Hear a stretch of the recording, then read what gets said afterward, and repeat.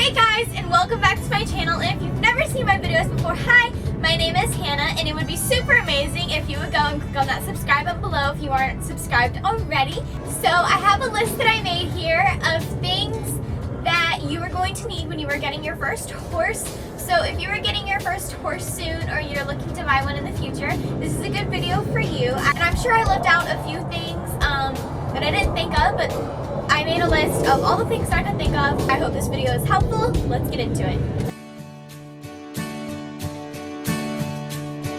Stuck in a world, no longer turning, always a girl, waiting for something, too many days, walking around sleeping, open my eyes, I'm tired of dreaming,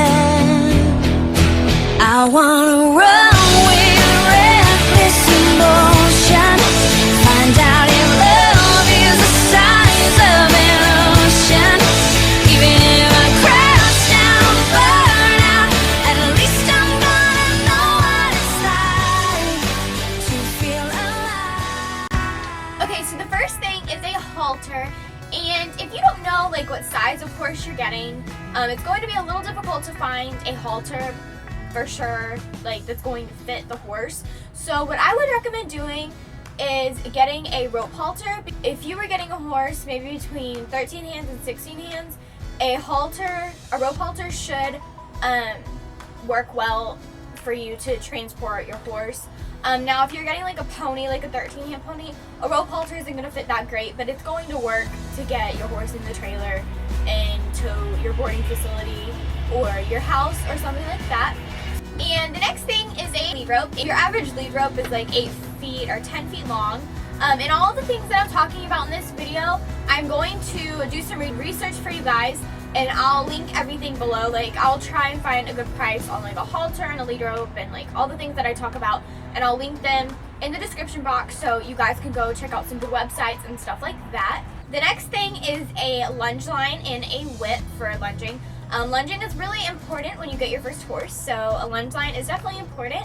And then you're going to need a grooming kit, and you can buy grooming kits like pre-put together, or you can buy everything separately where you can pick out the color of your tote, and then you can pick out different types of brushes, whatever you decide to do.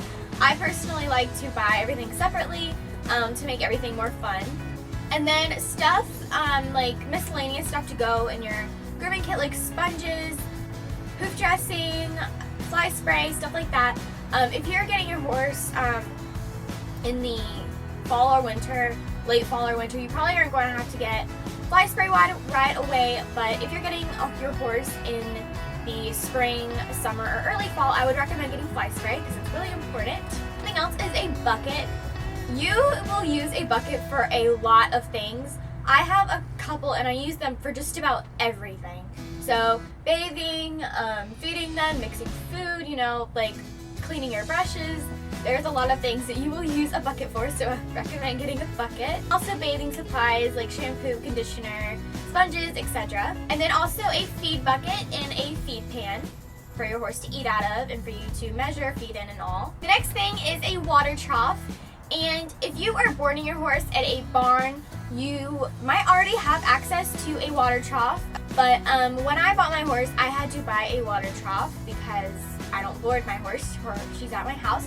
And for our 2 horses, we have a 40-gallon water trough.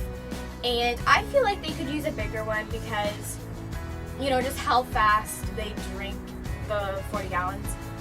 But one horse can drink up to 10 gallons a day. So I feel like one horse should have at least like 30 gallons available for them.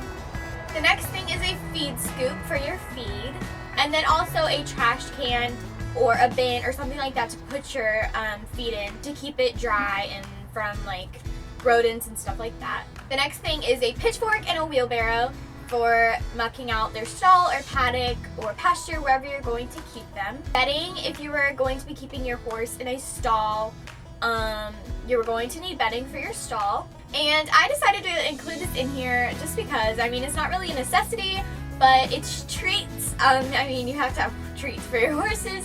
I I usually feed mine like fruits and vegetables and sometimes like horse treats, but I don't usually feed them candy like peppermints and stuff like that. I mean, sometimes I do, but it's not that great for their teeth, just like it isn't that great for ours. But you can feed them like candy. Sometimes I feed them candy. Blue Jeans is picky. She doesn't usually like candy, so I don't usually feed it to her. And then the next thing is tack. I wouldn't recommend getting most of your tack before your horse. You don't know like all of its like sizes and stuff like that. So I would recommend getting your saddle and your blanket and cinch or girth or whatever after you get your horse, because you don't know like what it's gonna fit. All because the saddle fits you doesn't mean it's gonna fit your horse. So you want to make sure to get all of your tack after your horse. Then I'm going to throw this in here is a helmet, and it's totally up to you if you're going to wear a helmet or not. It's totally your choice and opinion, but I would recommend wearing a helmet. Next thing is a saddle rack and like hooks for your bridle. My saddle rack that I have is $10, and I've had it for almost 2 years, and it's amazing for $10. It's such a great saddle rack. I have my grooming stuff on it, another grooming tote, my saddle pad, all of my tack is on it other than like my headstall. So I really recommend this saddle rack, and I'll link it below. And then you're going to need like some hooks for your bridle and reins and stuff like that. The next thing is somewhere safe for your horse. Obviously you're going to need a pasture ready, or a barn, a stall, a paddock, something like that. If you're boarding your horse, you'll probably already have all of that, I'm sure, with your board. But if you're doing it at your house, you're going to need somewhere safe for your horse. You're going to need safe fencing. I'll link a link below that is a good website for like building fence for your horses and all the dimensions and everything. And then you'll need an emergency kit, like with some ointments and stuff like that for minor cuts and wounds for your horses, like water dust and cot heel and stuff like that. And then also a winter blanket if you're getting your horse in the winter time. And I really recommend getting your winter blankets like mid-February, because they go on a big sale on Chick Salary, and I'll link their website below. And then the last thing is contacts. To always have a vet in your phone, farrier, and somebody to float your horse's teeth. Yeah, thank you guys so much for watching, and don't forget to go and click that subscribe button below and give this video a thumbs up if it was helpful, and follow me on Instagram and Twitter and Tumblr and Pinterest and all that good stuff. It's always in the description box. I love you guys, and I will see you guys in my next video. Bye!